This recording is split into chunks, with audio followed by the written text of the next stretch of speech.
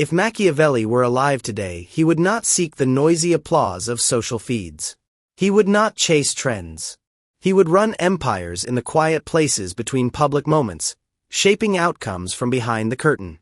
Imagine a person so practiced at influence that his moves look like consequence rather than choice.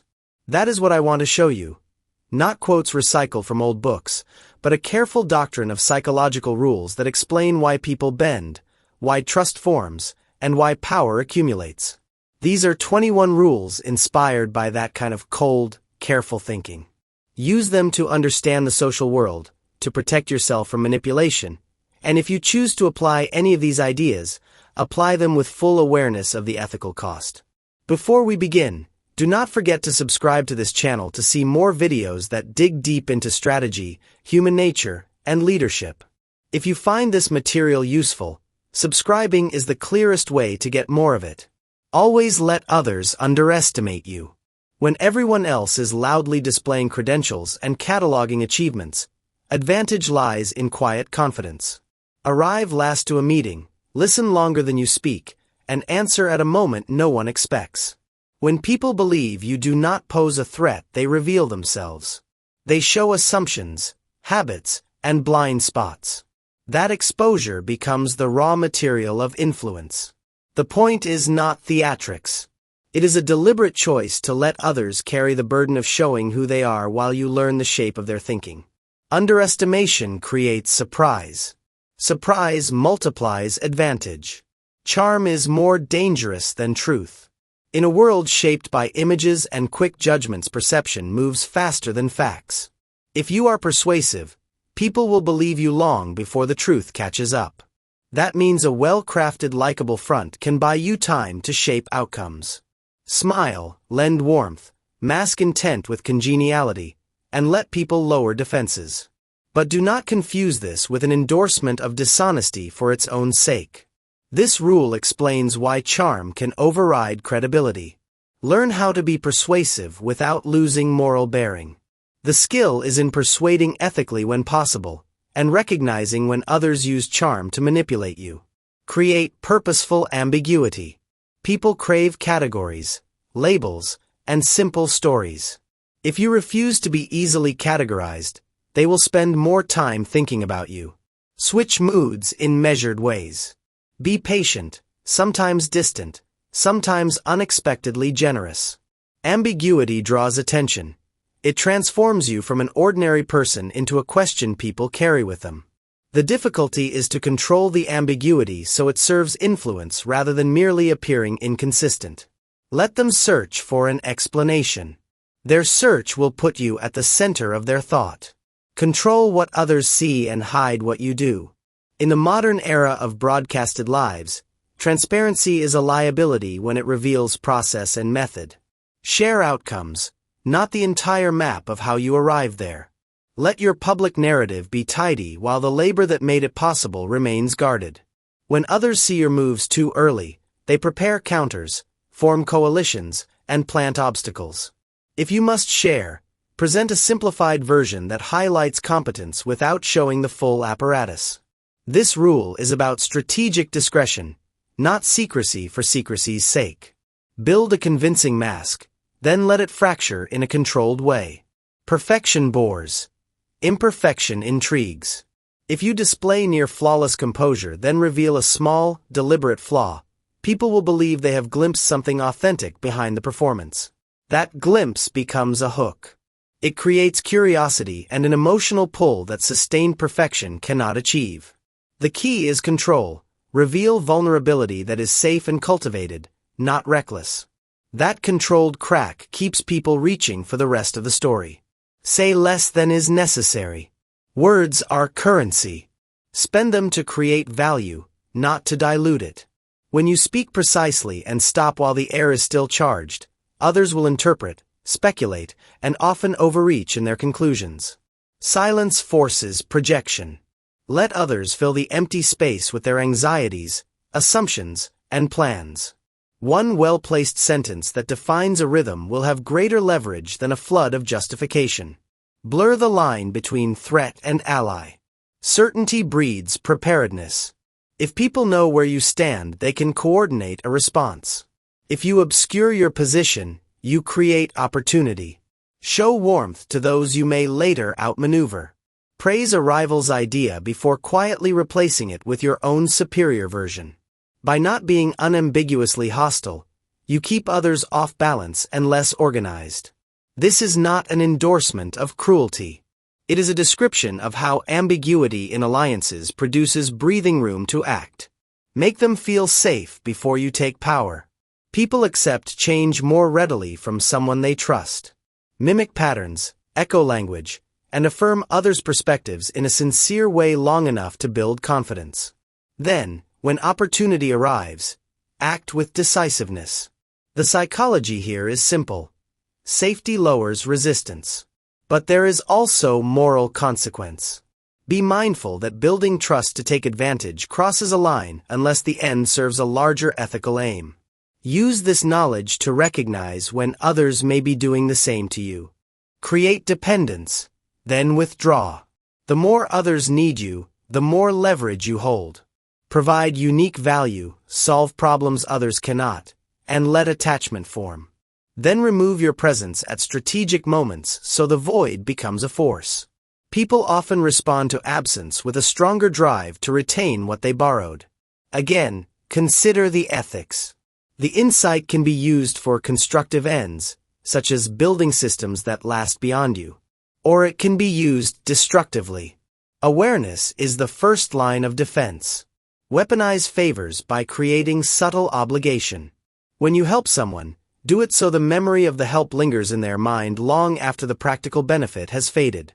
Small, well-timed favors create psychological imbalances that people seek to correct.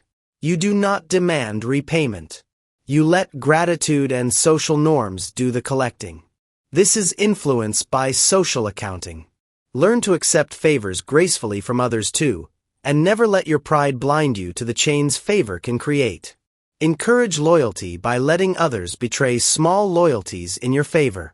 People who compromise for you become invested in you not because of admiration but because of complicity. When someone speaks against another to win your approval, they have built a bridge that makes leaving that relationship costlier.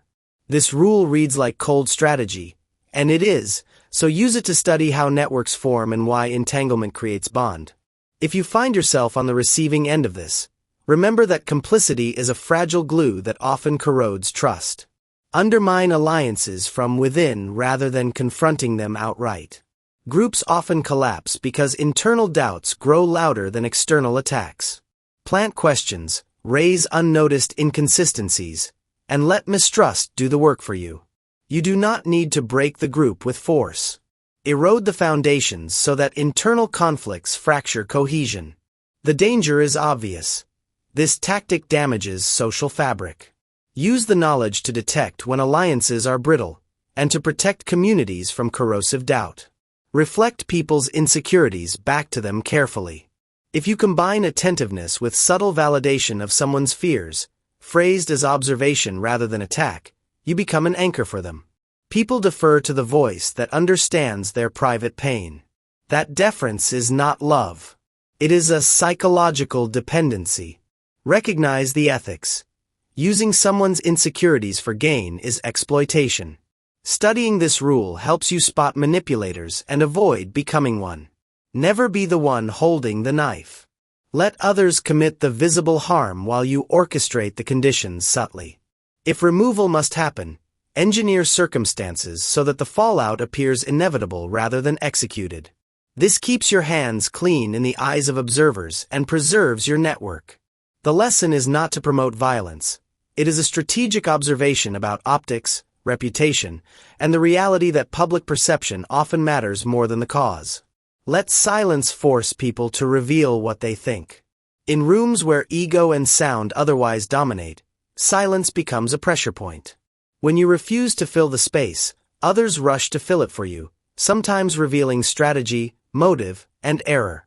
Learn to ask the single-pointed question, then sit back and listen. People volunteer their own weaknesses when a vacuum invites them to speak. Be unpredictable, but only strategically. Do not cultivate chaos. Instead, Introduce variability in crucial moments so others cannot model your responses easily. Unpredictability breeds caution on the part of rivals and respect on the part of those who would otherwise take you for granted. The aim is not to terrify. It is to prevent exploitation by making it costly to anticipate your behavior. Make your presence felt even when you are absent. Your influence should outlive your physical attendance. Train standards, craft rituals, set expectations, and leave a memory of competence that becomes the default benchmark.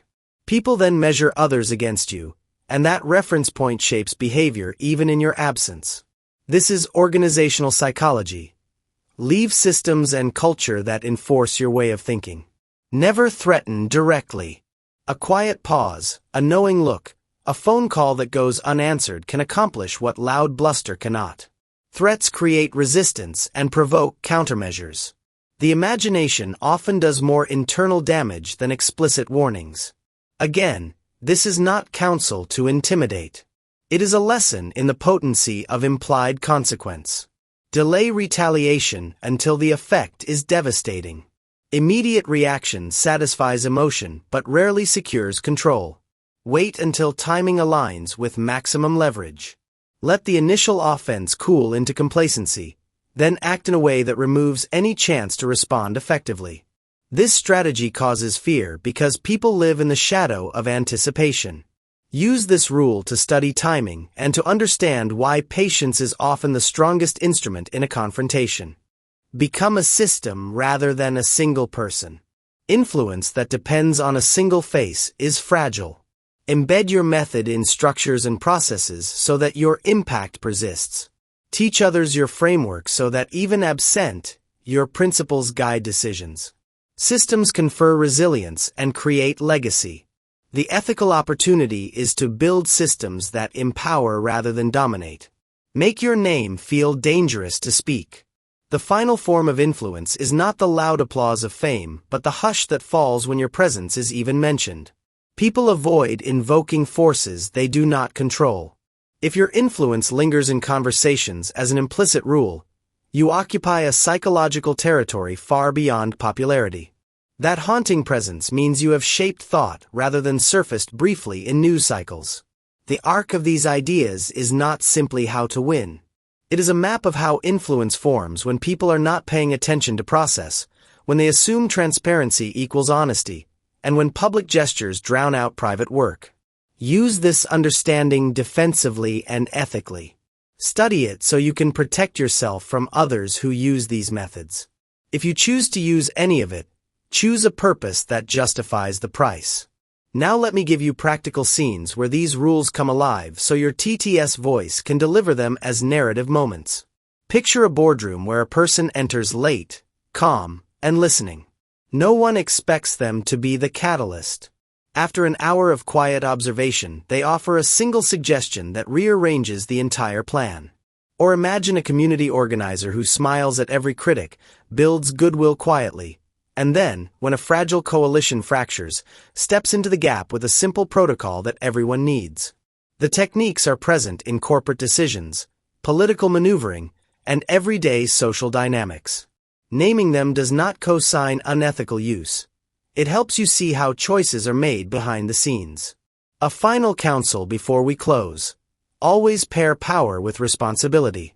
If you aim to exercise influence, ask yourself what good you will serve. Influence used for short-term self-aggrandizement corrodes reputation faster than ambition built on competence. Power that persists is power that benefits systems, people, or ideas in sustainable ways. If you found this useful, please subscribe to the channel so you do not miss deeper breakdowns and real-world case studies. Like the video if you want more episodes that explore strategy and ethics. Comment below with the name of a historical or contemporary figure you want me to analyze next and tell me which rule surprised you the most and why. Which of these rules makes you uncomfortable because it could be used against you? And what will you change in your life now that you can see the mechanism behind it? Consider that question and write your answer in the comments. Then tell me one situation in your life where knowing this pattern would make the difference between being manipulated and staying in control. Thank you for watching.